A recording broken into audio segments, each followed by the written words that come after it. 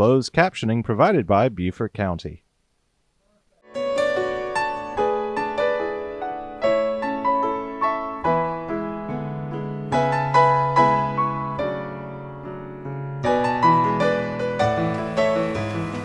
Welcome to another edition of Coastline, and today we are on the South Carolina coastline. We are actually in a beautiful spot of Beaufort County. It's St. Phillips Island. There's a lot of history associated with this island, and the really crown gem of the island is where I'm standing right now, which is commonly known as the Ted Turner home, and of course this being the dock. And we're going to be talking about not only the Ted Turner home, but also we're going to be having some dialogue with some folks that are associated with the state park system, and they're going to tell us the history of the island. They're going to talk about the mariculture aspects of it, and also the various aquatic and the whole ecosystem that's associated with St. Phillips Island, as well as the trip from the mainland over to St. Phillips Island, which includes some beautiful, beautiful scenery, an opportunity to take in various birds, and of course, ocean wildlife. It's a spectacular hour, and we're delighted that you're with us here on this edition of Coastline. While the trip to St. Phillips Island is only a boat ride away from much of Beaufort County, our tour, courtesy of Coastal Expeditions, departed from the Hunting Island State Park Nature Center to the Russ Point Landing via a tram. A courteous state park ranger checks you in, and you can pay for parking simultaneously.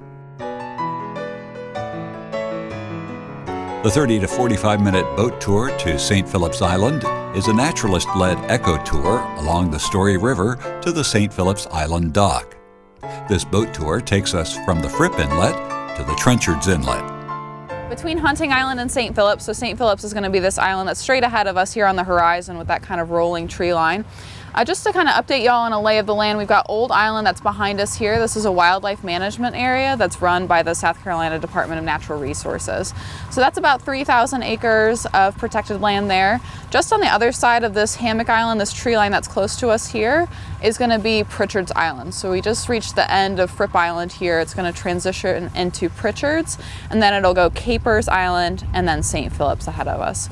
And so all these islands that we have over here to the left are going to be our barrier islands that are acting as a barrier, between the landforms over here and the ocean. And so in between these barrier islands and then the sea islands, we have all of this estuary that's kind of stretching out in front of us here. And so the estuary is just so important. Hopefully y'all have a better appreciation for Beaufort County by the time that you leave here today. But this section of estuary that we're boating through right now between the bridge over here and St. Phillips is about 20,000 acres of estuary, which is a lot, right? But if we were to look at the whole east coast of the United States, South Carolina has the most salt marsh estuary out of all of the states, and Beaufort County has half of South Carolina's estuary just in this one county. So this stretch is really, really cool. A lot of the land is protected here between Old Island and Hunting Island and St. Phillips over here.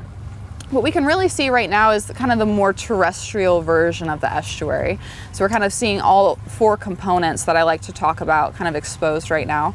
So I'll just start with the water. So we kind of have already established that this is ocean grade salt water, just meaning that if we were to take a gallon of this water, boil off all the water from it, we'd be left with about a quarter pound worth of salt, okay? So really, really salty water, which again makes it a great habitat for all of our ocean going organisms to kind of come in here and spend time in this section of the estuary. And then along the shoreline here, we have these little rocky sections, which are our oysters, which we've kind of already talked about a little bit. But I'd just like to emphasize the importance of the oyster in our estuary. Y'all can see that we have acres of oyster beds around here. And that just kind of tells us that this water is super clean, right? Because our oyster is going to be a filter feeder. Ideally, they're targeting all of the plankton that we have suspended in this water. That gives the water this kind of greenish appearance to it. I will say one more thing about the water. I think a lot of people come to Beaufort and they look at the water and they're like, your water's so dirty. But hopefully y'all will know by the end of today that that's not the case. This water is just suspended with tons of life in it. So it's kind of like the equivalent of an aquatic rainforest, right? When you're looking into this water, you can't see the forest through the trees type of thing. Versus if you were to go down to the Caribbean, right, that's the equivalent of an aquatic desert. There's just nothing that's suspended there, which allows us to see through it down to the bottom. So this kind of creates an awesome base to our food web here, back here in the estuary, which really fuels our oyster populations. So the oysters are going to be filtering about 25 gallons worth of water a day, each individual oyster. It would be 50 if they didn't have to spend half of their day, completely exposed in the South Carolina sun. So it's pretty impressive that each individual oyster can filter that much. Again, targeting all of the plankton that we have in the water. But inadvertently, sometimes they pick up a lot of the pollutants, fertilizers and runoff that kind of come off of our sea islands. And they're really responsible for keeping our estuaries so clean. And if it wasn't for the oyster, I'll say that they're a keystone species, meaning that just like in architecture, right, we've got this archway with the keystone. If we were to remove the oyster from this habitat, from this ecosystem, the estuary would collapse around the loss of the oyster. So I really can't emphasize enough how important the oyster is. And it's not only because they're filter feeders, it's not only because they're keeping our water super clean. You can imagine this is kind of like the equivalent of our coral reefs. It's just providing tons of structure for all of these little invertebrates like crabs and shrimps to kind of hang out in, as well as our larval fish, especially right now when we're on a lower tide. Sometimes these reefs will kind of create these little pools where these fish can kind of escape the main water column here, where all these larger predators like to hang out, and they can kind of hang out in amongst the oyster reefs. And you can see there's a lot of shorebirds that are kind of plucking their way through the oysters right now. They're kind of feeding on those little invertebrates that we have here. So the water and the oysters are kind of two of our elements. The third element I love to talk about is just the grass itself. And I think a lot of people, when they hear that the grass is really cool, they're kind of like, okay, how could grass possibly be cool? But if we're looking around here, we're seeing a monoculture, right? This is all Spartina grass, or Spartina, depending on where you're from. It was once known as Spartina alterniflora. That's where we get the name Spartina from. It was recently recategorized as a Sporobolus alterniflorus, I believe, which now that you're all naturalists, you're probably just as upset about that as the rest of the community. But this grass is super important. It can actually handle drinking ocean-grade salt water. It's one of the few, plants that are actually salt tolerant enough to handle that. And so it's going to suck up that salt water through the roots, and it'll actually excrete the salt through the blade of the grass. So if you ever go up to the Spartina and you kind of run your hand along it, you'll have tons of salt that's kind of left over on your finger. So a lot of the times you'll see deer out here, and they're not actually eating the grass, they're just licking the salt off of the blade. There's nothing that really grazes on Spartina. We do have periwinkle snails that are actually farm algae that grows on that grass. But for the most part, the most function that this grass is going to serve while it's alive is really just, again, providing real estate for these juvenile fish to hang out in, especially at high tide. Right now, it's difficult for those tiny fish to access the grass, but on our way back this afternoon, you'll see that the more aquatic version of this landscape, when all of the water is kind of pressed up into the grass. And at that point, probably the only thing we're going to be able to see is this old growth that's kind of, still hanging around on top here. So we've got the new growth that's kind of coming up underneath this year's growth. That's obviously the green stuff. And I'll say the most important function, or arguably the most important function of Spartina, is actually that dead growth that's still kind of hanging on top.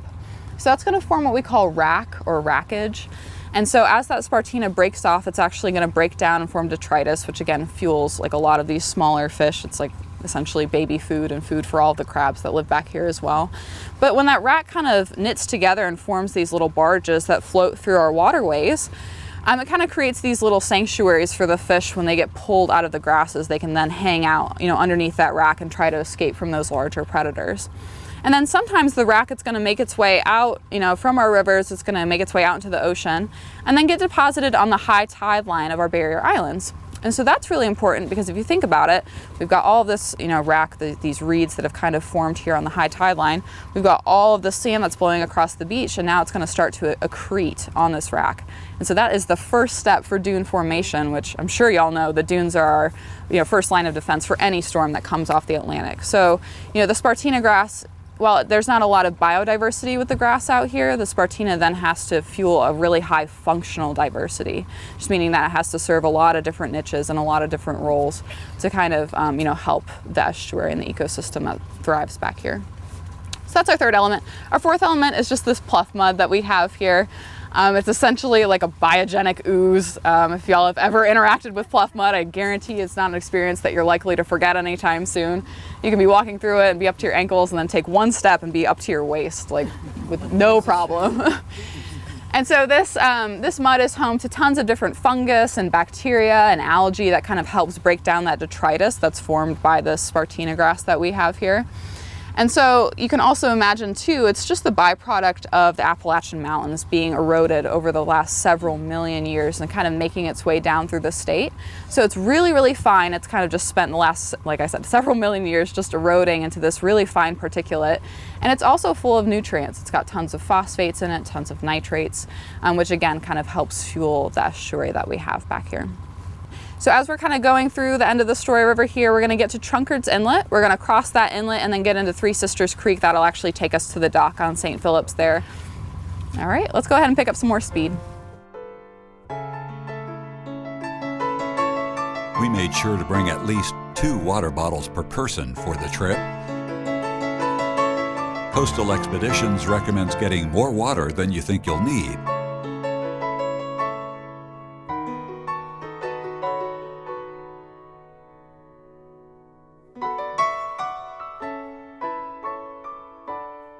Alrighty, y'all. Everybody doing well so far? Good to go? Super. As y'all can see, it didn't take us too long to find something interesting on St. Phillips, which is usually the case. This stop is really great, especially for naturalists that are reading our landscape, because we can detect a ton of different types of disturbances, right? So things that have kind of altered our natural landscape here. So if we're looking around, right, we've got all of these trees that have kind of been upturned and have ended up dying because of that. What do y'all think could cause that form of natural disturbance?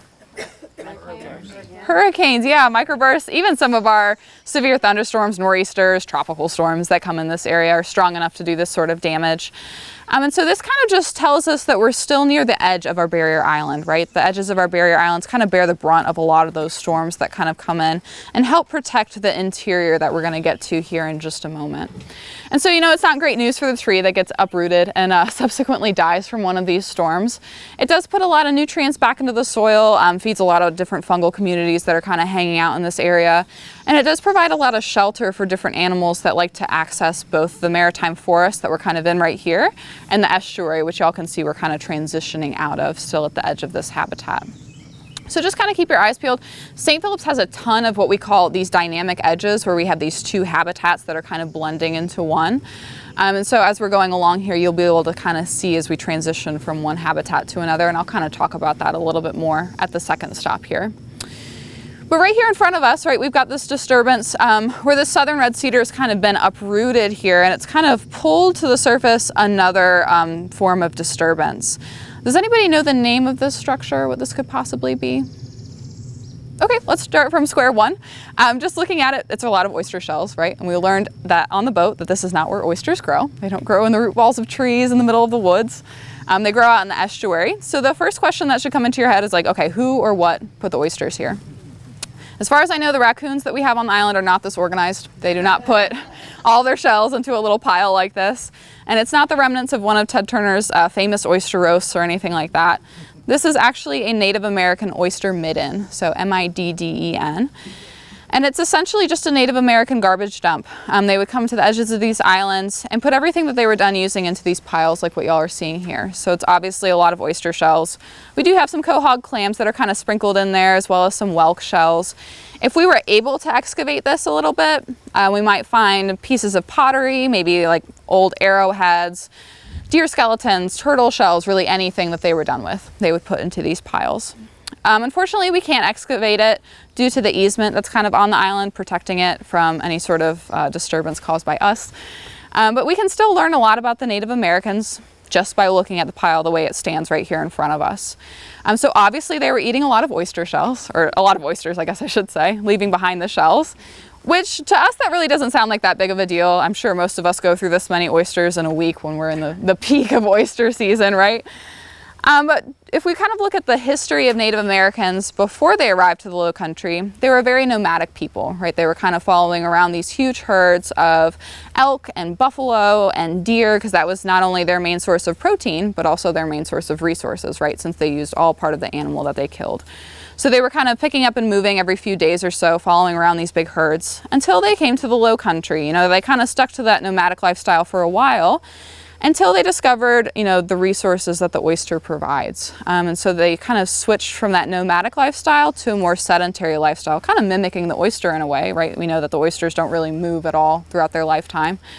And so when that huge shift happened, right, from nomadic to more sedentary, that led to a huge kind of cultural shift within the people, as well as actually like a physiological shift in their bodies as well. So when you're settled down in one area, you're able to actually accumulate things, right? If you're picking up and moving every few days, you don't want to really have that much stuff that you have to carry with you. And so that led to kind of the accumulation of wealth for them, which to them is going to look like huge strings of like oyster pearls that they would wear around their necks and things like that. They began to start, you know, farming, creating these different crops and foraging in the areas, which led to an increase in different vitamins and minerals that they were getting into their bodies, which actually led to them living a lot longer and growing a lot larger in size. So that was kind of the physiological shift that was associated with that kind of cultural shift there. And I'll say it's all because of the unique ecology that we have here in Beaufort County. Anytime you look at the human cultures here, they're usually in some way just inextricably linked to the ecology that we have. You know, the Native Americans' relationship to the oyster and all of the resources that we have here is a great one. If we look at Spanish and French colonization of this area, it was mainly because we've got the Port Royal Sound, which is just to the south of us here. It's the deepest natural sound in the southeast, anywhere from 40 to 60 feet deep naturally with no dredging. And it hasn't really changed that much since the 500 years ago when those European explorers were first coming to this area. And so again, just these really strong links between human culture and ecology here. I could go on about it for a while, so I'll probably just cut myself off there. But do y'all have any questions about that? You know, kind of the Native Americans that were here or anything? Were they the Yamasee? I believe that the Yamasee were a little bit farther inland. There was actually, from what I've read, anywhere between 20 to 25 different tribes that were between the Savannah River to the south and the Edisto River to the north. And so it's difficult to know exactly which tribe it was without excavating this and finding that piece of pottery that might tell me exactly what it was. A lot of the times they would put, you know, like different like inscriptions or prints on the pottery that would tell me, you know, specifically what tribe it is.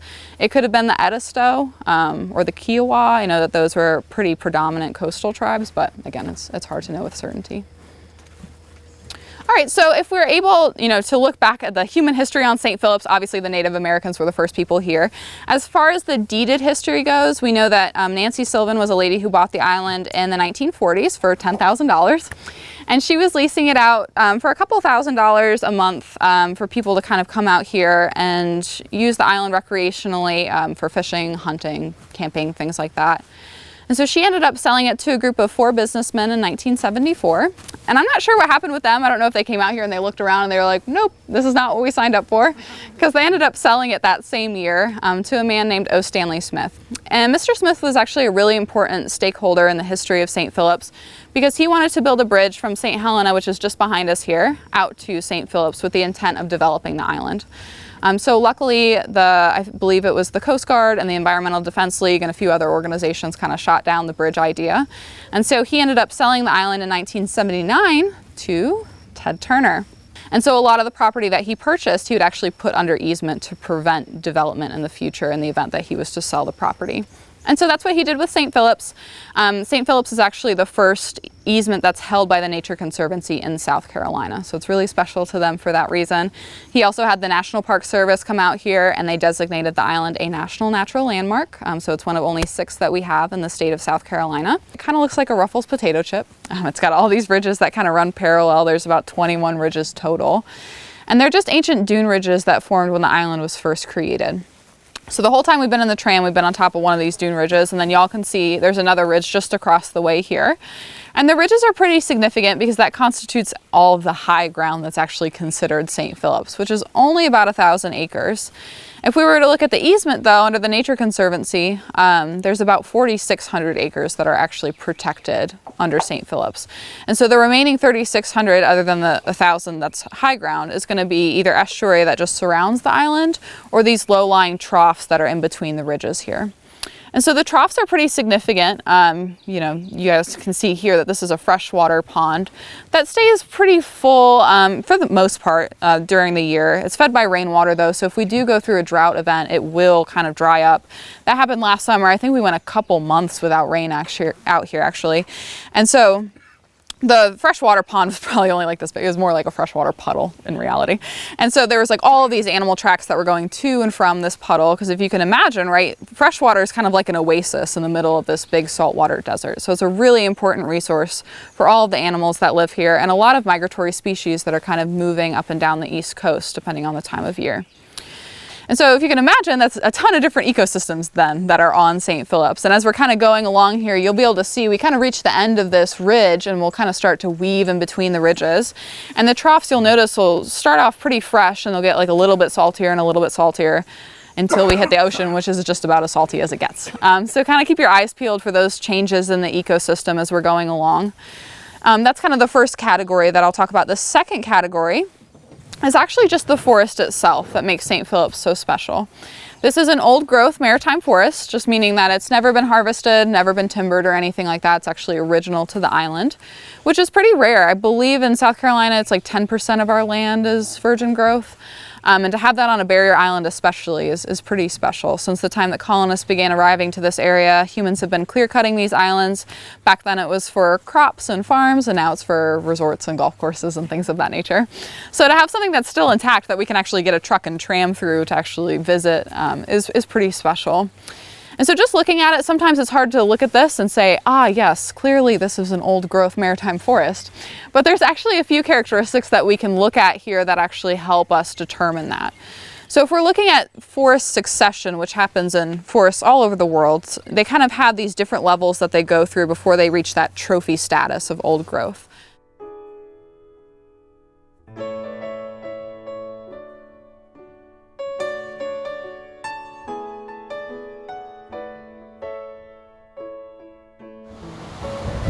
So we're here with Claire Muller, who's with Coastal Expeditions. And Claire, I tell you what, we could not have picked a better day for coming out here to St. Phillips Island. Tell me a little bit about what it was that attracted you to come to work for Coastal Expeditions. Yeah, that's a great question. So I actually started working with the State Park Service a couple years ago now, and I was in the Nature Center. And I got to come out here for the first time just to kind of do a turtle patrol, pick up trash and things like that. And I immediately fell in love with the island. It was just untouched beauty, really remarkable. And so I moved on from that Nature Center job, and then I heard that a position had become available with Coastal Expeditions to take tours out here. And I really couldn't say no at that point. You know, we've already been here a while, and just listening to you as we were coming in on the boat and hearing what you had to say on the 3-mile train ride to the beach here, I can see this is really for you a labor of love, isn't it? Yeah, it's amazing. And I'll say, you know, we come out here several times a week, but we always see something new when we come out here. The island always shows us something different, whether it's, you know, turtle tracks in the summertime or, you know, alligators moving up and down the road once they come out of brumation in the spring. It's really, really a special place. And, you know, when I look at this beach here with all this driftwood, I mean, I was just like blown away at the lighting and just the beauty of this. I thought I was like looking in my polarized sunglasses just because it's so stunning. Yeah, it is a pretty stark landscape for sure. And, you know, just as we were coming in on the boat to have all of the opportunities that we had, we saw eagles today. And I loved the fact that, you know, these pelicans, which you acknowledged that most South Carolinians take for granted, they are unique in that there's only 2 diving pelicans. The brown pelican, which is native to our area here, and then I think you mentioned the Peruvian pelican. Yeah. And they're the ones that they just dive like from what'd you say, 60 feet Yeah, or so? 50 to 60 feet. That's pretty crazy. It is, it is. What are some of the other things that people who take the coastal tour can expect to see? Yeah, it kind of just depends on the season. You know, we're just coming out of winter, and we were really lucky to see a lot of our migratory bird species that come through in the wintertime. White pelicans, for example, were a pretty common sighting, which they're always incredible to see. They're about twice as big as the brown pelican. So the brown pelican weighs around, like, I think 8 pounds, and the white pelican comes in around 16. So if you can believe, they're like literally 100% larger. Wow. So they're always impressive, especially for people who don't get to spend a lot of time out in the estuary. It's always really cool to see those guys. We get a lot of northern harriers that'll come in the winter too, as well as our bald eagles are a pretty common sighting. The island usually gets a little bit quieter during the winter time. Everything kind of, you know, goes in for brumation as far as the reptiles go, and the mammal activity kind of dies down a little bit. But then in the springtime is really my favorite, when the island kind of tends to come back to life. All the leaves kind of start to come out on the trees and stuff, and we tend to see a lot more fox squirrel activity. We'll see a lot of gator tracks kind of moving up and down the road, like we saw when we were on our way out here this morning. Sometimes we'll even get to hear the alligators bellowing to each other, which is always a kind of a Jurassic Park experience for sure. And then once we get into summer, it's really amazing. We get a lot of the roseate spoonbills and the wood storks that get to come out here. Tons of just activity with the wading birds, both in the estuary on the boat ride out, as well as on the island itself. So really, any time of the year that anyone chooses to come, and you guys do this year round. We do, yeah. Yeah, you're usually not going to miss out. Yeah, you're going to get something special every season. Yeah. I was fascinated by the story that you told about how the, well, I guess the eagles and the osprey? Ospreys, Yeah. they kind of alternate the nesting seasons here, but when they're both in the area, tell our viewers what you said about how the eagles just sit back. Yeah, sometimes there can be a little bit of friction between the bald eagle and the osprey community. We'll typically see the bald eagles just kind of hanging out in a tree, while the osprey, especially in the Fripp Inlet right there, they'll just kind of be actively hunting fish. And the osprey are really well adapted to hunt fish, right? They've got these really sandpapery palms. Their wrists can kind of articulate at an angle that lets them pick up a larger payload for their body size. And the bald eagles know this, and so they just kind of, you know, rely on the really excellent fishing adaptations of the osprey. And so as soon as the osprey picks up that fish and takes flight, the bald eagle's like, all right, it's time to go to work, and they'll just kind of swoop down and bully the osprey out of its catch. But I used to always tell people, I'm like, yeah, if you spend a lot of time on the beaches or like back in the estuary, you're likely to see it. But there was one time just this past week, I was driving down Highway 21 on St. Helena, and an osprey just flew right down in front of my car with this huge fish in its claws, and then right behind it was a bald eagle. So you really can just be anywhere in Beaufort County and be lucky enough to see that sort of stuff. I know. I was golfing one day, and I was just on the fairway ready to take a swing, and like all of a sudden, out of nowhere, this fish appears on the fairway and it's sitting there flopping, and I'm going, what in the world, is raining fish or what? And then no sooner could I get that thought going, this eagle comes back down, and Really? obviously he had dropped it, Yeah. and then he came back to get it. And That's amazing. it is. And I mean, this is all part and parcel of being here in the Low Country. Absolutely, You especially Beaufort. actually moved here when you were 5 from New York, and I imagine, you know, spending a number of years up in Charleston and then coming down here to the heart of the Low Country. Yeah. You must be in love with the place. Yeah. I mean, it doesn't get any better than Beaufort County. You know, I grew up in Charleston when it was a little bit less busy, and everybody would always ask me, okay, like, when are you going to move back to Charleston? And once I discovered Beaufort, I was like, never. Yeah, I don't intend on leaving this place, just because there is so much wildlife here, really just untouched estuary, untouched barrier islands and things like that. You can have places where you can go where you can just not see houses for miles and miles. It's really an incredible place for sure. Now, I'll be the first to admit, I'm really not a quote unquote nature hound or nature fiend. I'm just kind of a civilian. And Sure. A lot of the people that were on the boat and tram with us today were obvious naturists. And I was impressed by the fact that they're all very helpful. without being intrusive, sometimes they'll add their 2 cents worth and really makes the whole trip interesting. Yeah. And to just find out, even from a, again, civilian standpoint, all of this stuff that is part of this tour is really entertaining and really enjoyable.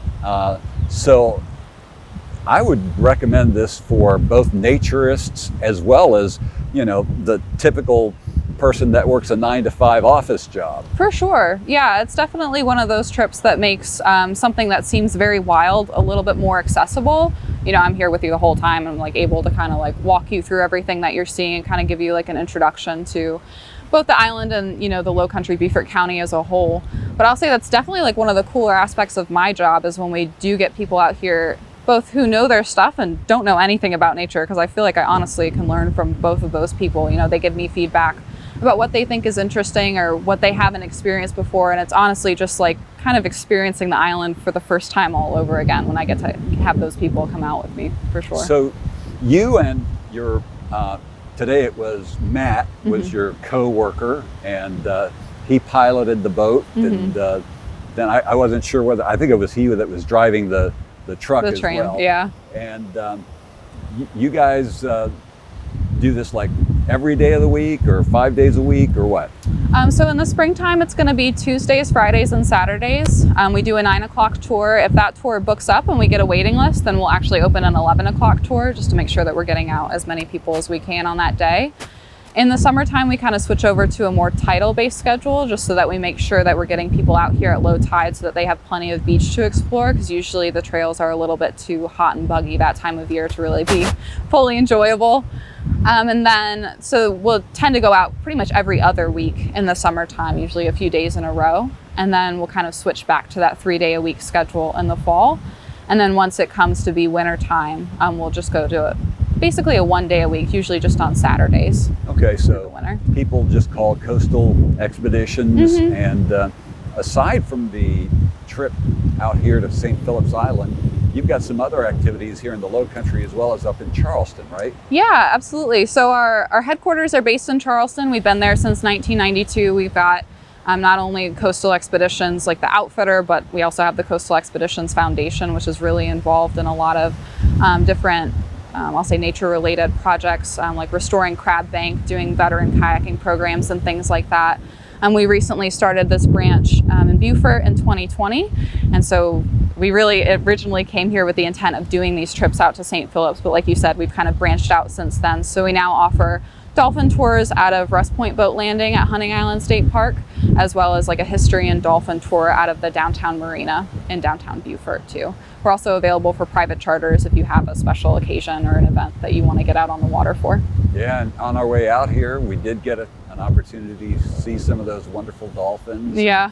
I think you acknowledged that the one we saw on the trip out here, one of them at least, was one of the larger dolphins that you'd seen. He looked like a pretty good sized guy. Yeah, it was a pretty crazy big dolphin. Typically they're a little bit smaller, but like I was saying earlier, we're kind of getting into the migratory seasons for the dolphins, so it's always kind of a luck of the draw. You never know really what you're gonna see out there. Definitely. Well, Claire Muller, thank you so much for sharing this wonderful island with us today. And if people would like more information, they can just go to Coastal Expeditions and select what you want. And how often or how much in advance do you recommend that people make the reservations? I usually say as soon as you know that you're coming to the Beaufort area to try to get your spot. We tend to book up pretty quickly, especially once we get into the summer months and we kind of get the tourists that are kind of coming into town. Definitely something to keep an eye out. We've got, I think, the schedule through the end of the year. So as far in advance as you'd like to. All right, terrific. Thanks, Super. Claire. Thank you. We'll be back with more of this beautiful, pristine island right after this.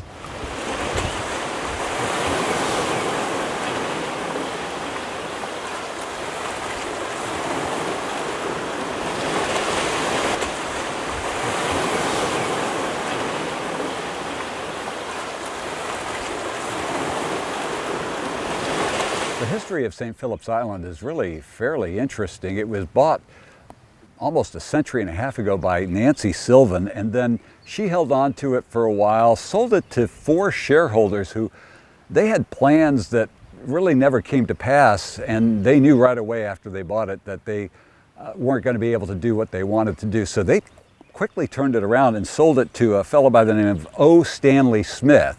His desire was to actually build a railroad from the mainland to the island, but that was not to be either. And so in 1979, Ted Turner bought it, and Ted Turner, everybody knows him as the chief executive officer back in the 70s and 80s of CNN and the TBS, the Superstation, as well as a number of other stations that were owned by him. But what they may not know is the fact that he was one of the largest land conservators in America. As a matter of fact, at one point, Ted Turner owned more land in America than anybody else. And he ended up buying this property, which is about 4,600 acres. And one of the first things that he did was he built a home here. And the home is, by Ted Turner standards, rather modest, but you can still see that it's got a gorgeous view of the ocean. And if you feel like lazing around, there's an amazing large hammock. And so as the crosswinds hit you, it's just very, very relaxing, almost hypnotic. And the nice thing about this is that since the state of South Carolina purchased it in 2016, Ted Turner sold it to them for $4.6 million, and that was really a great deal because at the time it was valued at about $16 million. The state now owns it, and what they are allowing people to do is rent the house.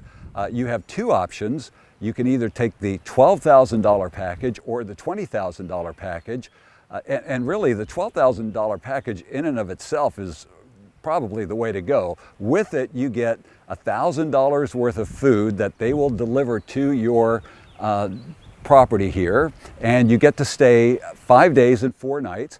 And really, when you stop and think about it, if you divide that up amongst about 12 people, which can comfortably fit in this about 4,000 to 5,000 square foot home, it doesn't become that expensive. So maybe if you've got like a family reunion you want to have, or if your company wants to have a getaway, this is not a bad deal. The only benefit that you get from the $20,000 package is that whereas the $12,000 package only gives you $1,000 worth of food and allows you 1 time a day to take the ferry back to the mainland, the $20,000 package will allow you $2,000 worth of food and will give you the option to go back to the mainland a number of times throughout the day. So really, $12,000 for me is the way to go, and what better way to spend this? We happened to come at a time when it was particularly beautiful. It's probably 78 degrees out right now. I don't even need this cap in the shade here, but if you were out on the beach, where we'll be going in just a minute, it's sunny. There's a nice cross breeze. As a matter of fact, you might be needing to be careful because that breeze can actually give you a wind burn given the right conditions, because the UV lighting is set at about a 0 factor today. So not a cloud in the sky, and really a spectacular place to be. If you time it just right, the St. Phillips Island is a spectacular place to be.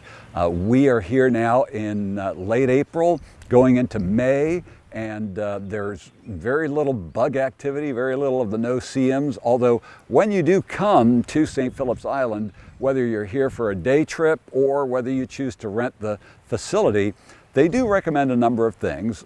One of those, of course, is that you bring some bug juice to get rid of those no-see-ums, keep them off of you.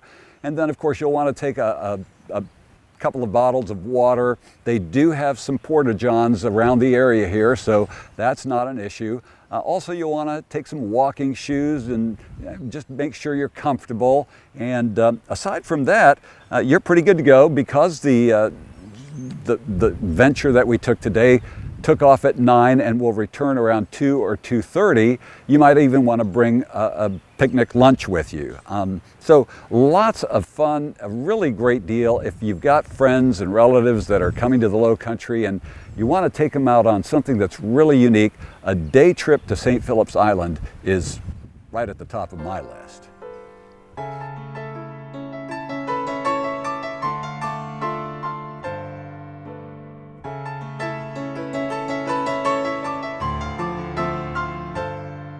As you come out of the Turner House, we'll call it the Turner House even though it's owned by the state of South Carolina now, the temptation is to really go to the beach because that's the money shot, right? But really, if you've had a rough day or maybe a rough year and you're looking for something more contemplative, I would suggest going to the right here and just kind of walking down this narrow path between these trees. It's really thought-provoking and an enjoyable and relaxing walk.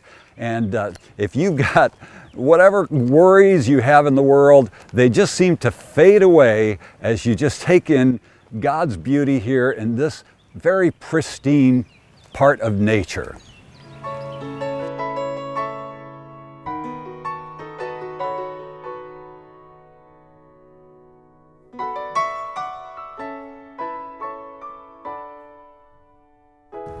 You know, it really doesn't get much better than this. Sun to your back, the waves crashing against the rocks, and just a gorgeous day in the Low Country.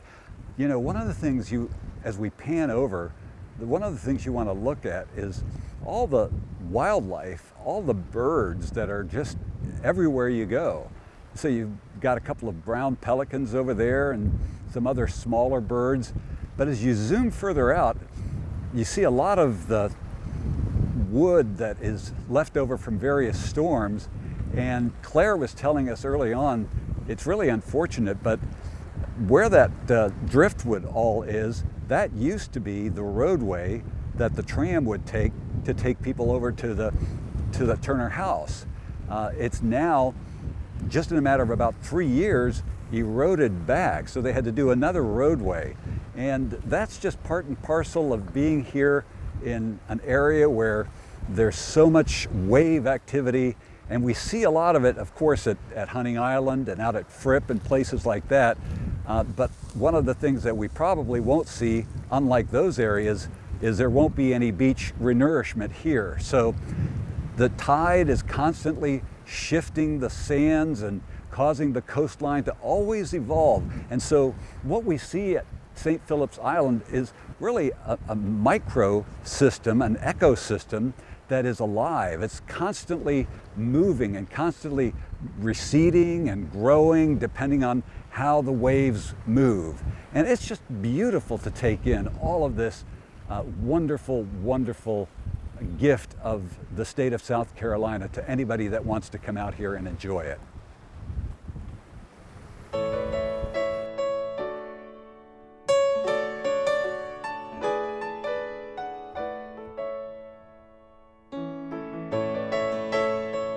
This rock revetment has been put here in place to ensure that the erosion is mitigated as much as possible. And aside from the fact that there's a nice walking area immediately around the Turner household, you can then walk the trail down to the beach, which is spectacular and has a lot more sand and a lot greater opportunity to do some sunbathing and just take in the beautiful breeze coming in right off of the ocean. As I mentioned, the caretaker's house is not too shabby in and of itself, aside from the fact that the caretaker's house overlooks the ocean from the second floor. It also has its own little promontory that allows people that are part of the group that are in the caretaker's home to go to the ocean and take in some of that beauty as well. Now, as far as providing various amenities to people who are staying here at the Ted Turner home or at the caretaker's home, believe it or not, the cellular service here is awesome. I got like 3 bars of 5G service. I don't know where it's coming from, but it's available here. Also, the power is supplied by solar panels, And in the case of perhaps inclement weather, overcast for a number of days, there are backup diesel generators, so you'll have your quiet interrupted a little bit, but by and large, everything seems to be running off of those solar panels. And then there is this water collection tower behind me that allows for probably, I guess, just looking at it, maybe 300 or 400 gallons at least of fresh water to be collected from rainfall. And so anything you could imagine, all of the necessities of home are right here on this secluded, remote barrier island known as St. Phillips.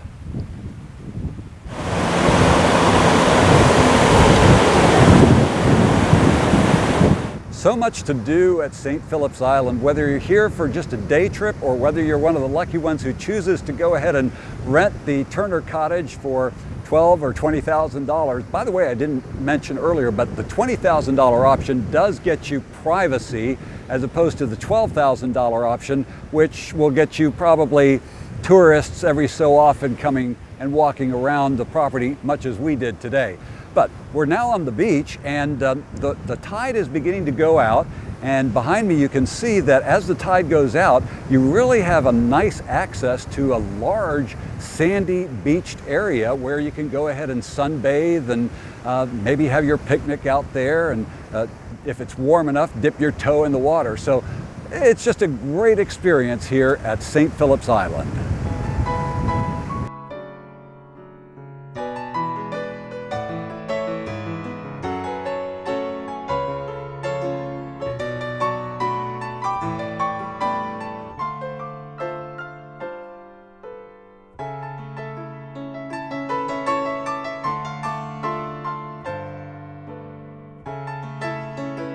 Well, all good things do come to an end, as does our trip to St. Phillips Island. But here we are at the Nature Center. It's really a very pleasant day and a great deal. More great information can be found on their website.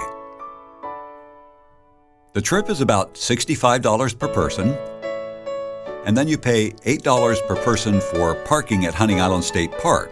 It's a little less if you're a senior citizen or child, and it gets you into the state park at Hunting Island, so you can really make a whole day of it.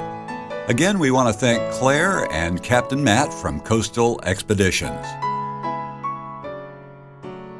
We have a lot of great upcoming episodes on Coastline, including the Beaufort Water Festival, when we talk to this year's Commodore. You won't want to miss that here on the County Channel.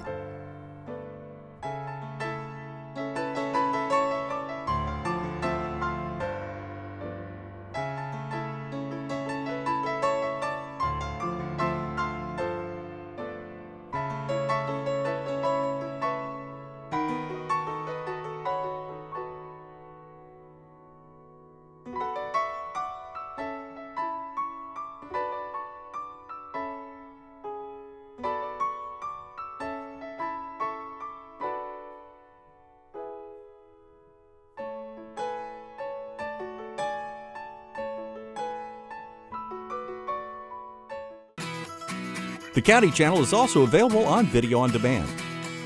Go to BeaufortCountySC.gov, scroll down to Public Meetings, click Watch Now, and then click the Video on Demand button and select your program from the list. Call the meeting to order. If you'd like a DVD of this program, click on the link on the right and fill out the order form. And thank you for watching the County Channel.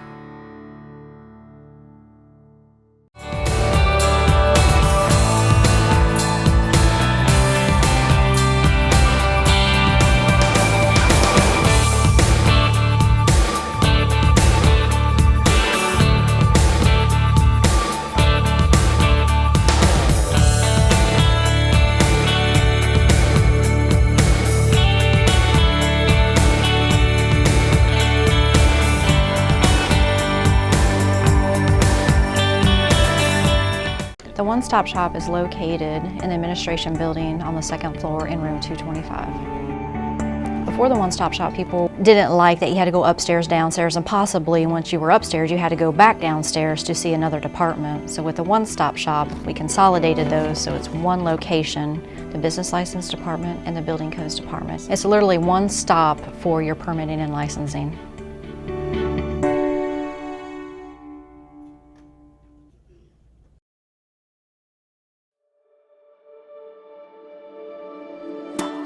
Hi, my name is Victoria Hoffman and I'm the recycling coordinator for Beaufort County.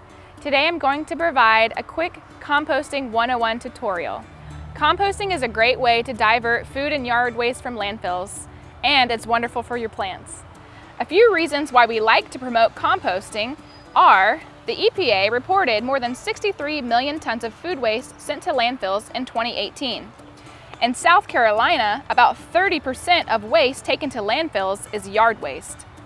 Composting reduces material sent to landfills and reduces methane released into the atmosphere. So you may be wondering, what is composting? Composting is the breakdown of plant material through decomposition. This happens in nature, but at a slower process. Once the material breaks down, you are left with a nutrient-rich, dirt-like material that you can apply to plants, your garden, or your lawn. Compost helps retain moisture in soil and reduces the amount of chemical fertilizers used in gardens. If you are interested in composting, Beaufort County has Earth Machine compost bins for sale for a great price of $50. You can find more information on purchasing one on our website. The bins are almost at a 50% discount of the normal price. It is easy to assemble and discreet. As you can see, the bins come in 3 parts, so taking them home in your car is simple. The bin comes with 4 screw pegs to secure it to the ground, a harvest door that can slide up and has the capability of being locked. Also, you have a base, a top, and a lid. The compost bins come with a handbook that includes easy assembly instructions. Choosing the location of your bin is important. You want it to be close to your house, in a shaded area, and you need a water source available. You don't want it too far from your home because you want this to be easily accessible. You need a water source, such as a water hose, to be able to keep it moist. A couple of things you will need to start your compost bin are some greens, which is your nitrogen sources. This includes green grass and leaves and garden clippings, and your browns. You need your browns, which are the carbons. Examples of these are dried leaves, twigs, and wood chips. Some other examples of your nitrogen and carbon sources are listed on the screen. When just starting your compost bin, it is ideal to layer your green and brown material in an alternating pattern. Be sure to add water to keep your bin moist like a wrung-out sponge. Now that your compost bin is set up, you're all set to begin diverting your food waste. When you are in the kitchen preparing your meals, instead of tossing those food scraps in the trash, you can set them aside to dispose of in your compost bin. Things like peels from vegetables and fruits, eggshells, and coffee grounds can all be put into your bin. I like to keep a container on my counter for any scraps that are compostable. A small bin with a lid is ideal to deter any pests or smells. You can also store your scraps in the fridge or freezer until you're ready to take them out to your compost bin. You want to be sure to keep these items out: bones, meat, and toxic plants. Here's a list of other items you want to keep out of your bin. Make sure you turn your bin often.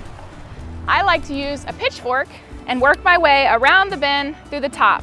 You can also use a shovel or other garden tools. A properly managed compost bin shouldn't attract pests or rodents, nor should it smell bad. If you're unable to compost outside, you may want to explore vermicomposting. Vermicomposting is when you use worms to facilitate the composting process. It can be done with a small bin and kept inside. If you're interested in composting, please go to the county website to order your bin. Thank you so much for watching and helping us to divert our organic waste. And remember, go green, keep it clean, Beaufort County.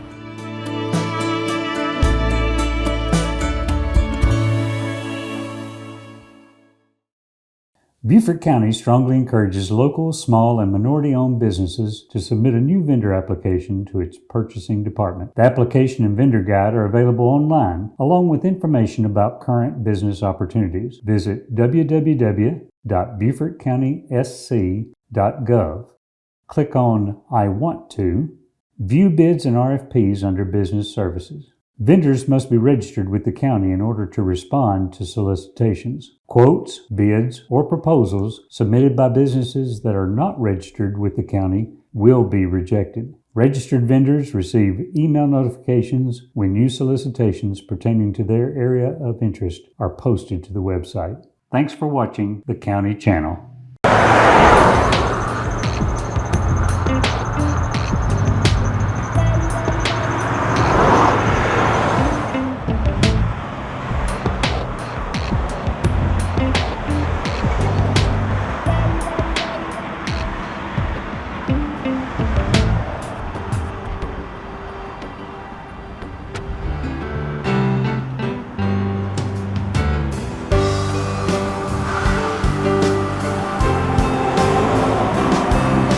Beaufort County began the Adopt a Highway program in 1988. It was actually established as a pilot program, and since then it's expanded to 46 counties around the state. So we were the first one in the state to utilize the Adopt a Highway program. The minimum requirement to be an official Adopt a Highway program is 4 litter pickups a year.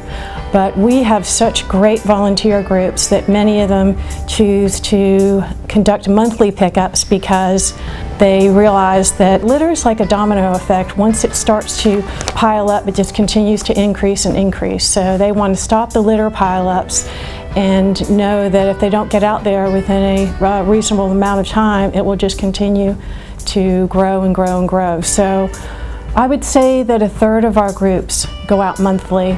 Probably the rest of the groups go out 4 to 6 times a year. We provide all the supplies needed for the Adopt a Highway program. Between DOT and the county, we provide the orange litter bags that say Adopt a Highway. We provide orange vests, we provide the gloves, and we provide grabbers. We also provide litter pickup ahead signs, and then there's a safety DVD video that we offer to all the groups picking up. So we try to cover all the gambits of everything a volunteer would need to pick up for an Adopt a Highway. First of all, the groups select an area that they'd like to adopt, and that needs to be a 2-mile area. And then the volunteers all sign a formal agreement, and that is a 2-year commitment.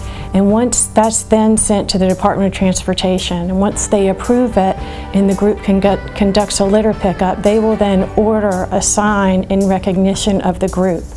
And so they do need a 2-year commitment to be able to give that kind of exposure and thank you for a group to have an Adopt a Highway sign, which most of our groups really appreciate.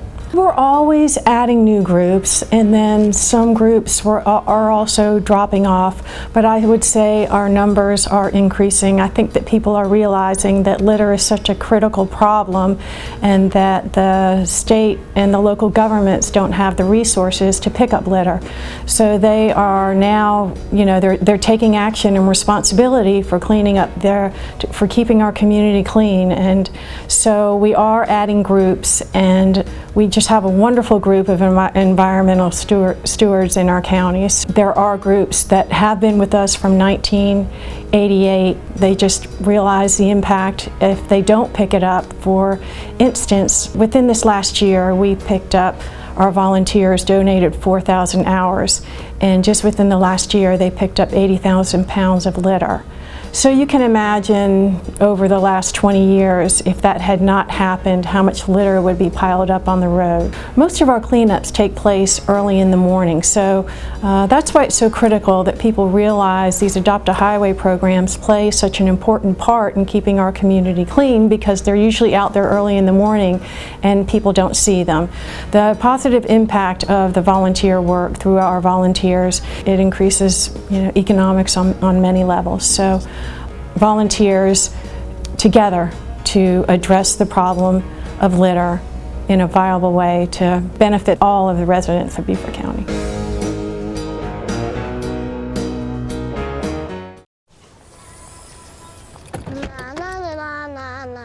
Are we there yet? Yep, we're here. It's a short drive from your neighborhood to your naturehood. To find a neighborhood park or green space near you, visit discovertheforest.org. This is the salt marsh, one of the most beautiful and productive habitats on Earth. It's home to an incredible diversity of marine invertebrates, fish, and even reptile species like this diamondback terrapin. Many of the animals that live here grow up in this Spartina nursery before they move into the rivers, sounds, and open ocean. Join us for Coastal Kingdom, a field trip through the Lowcountry and a chance to meet some of the animals that live here.